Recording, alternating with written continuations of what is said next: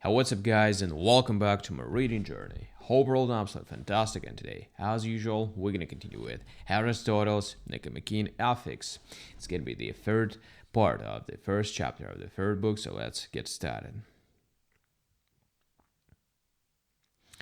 Everything caused by ignorance is non-voluntary, but what is involuntary also involves pain and regret. For if someone's action was caused by ignorance, but he now has no objection to the action, he has done it neither willingly, since he did not know what it was, nor unwillingly, since he now feels no pain. Hence, among those who act because of ignorance, the agent who now regrets his action seems to be unwilling, but the agent with no regrets may be called non-willing, since he is another case. For since he is different, it is better if he has his own special name. Further, action caused by ignorance would seem to be different from action done in ignorance, for if the agent is drunk or angry, his action seems to be caused by drunkenness or anger, not by ignorance, though it is done in ignorance, not in knowledge. Certainly, every vicious person is ignorant of the action he must do or avoid, and this sort of error makes people unjust and, in general, bad. This ignorance of what is beneficial is not taken to make action involuntary, for the cause of involuntary action is not this ignorance in the decision which causes vice. It is not, in other words, ignorance of the universal, since that is the cause for blame. Rather, the causes ignorance of the particulars which the action consists in and is concerned with, since these allow both pity and pardon. For an agent acts involuntarily if he is ignorant of one of these particulars. Presumably, then, it is not a bad idea to define these particulars and say what they are and how many. They are who is doing it, what he is doing, about what or to what he is doing it. Sometimes also what he is doing it with what instrument, for example. For what result? Safety, for example. In what way? Gently or hard, for example. Now, certainly no one could be ignorant of all of these unless they were mad. Nor certainly could one be ignorant of who is doing it, since one could hardly be ignorant of oneself.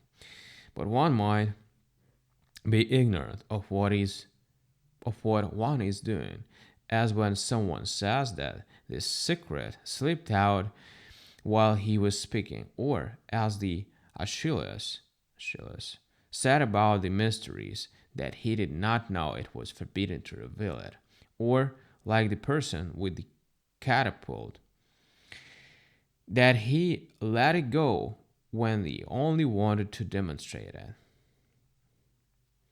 Again, he might think that his son is an enemy, as Merope did, or that the barbed spear has a button on it, or that the stone is pumice stone.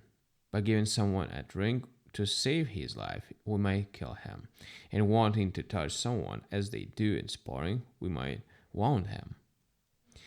Since an agent may be ignorant of any of these particular constituents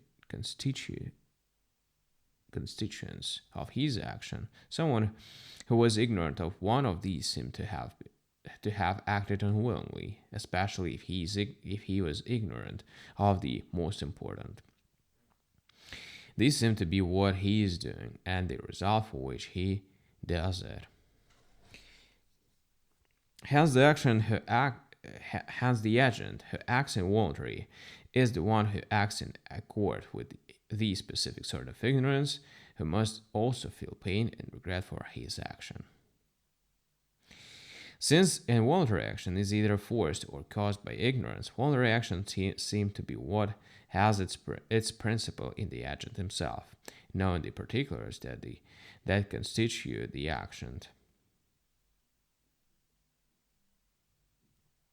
For presumably it is not right to say that action caused by spirit or appetite is involuntary. For first of all, on this view, none of the other animals will ever act voluntarily, nor will children. Next, among all the actions caused by appetite or spirit,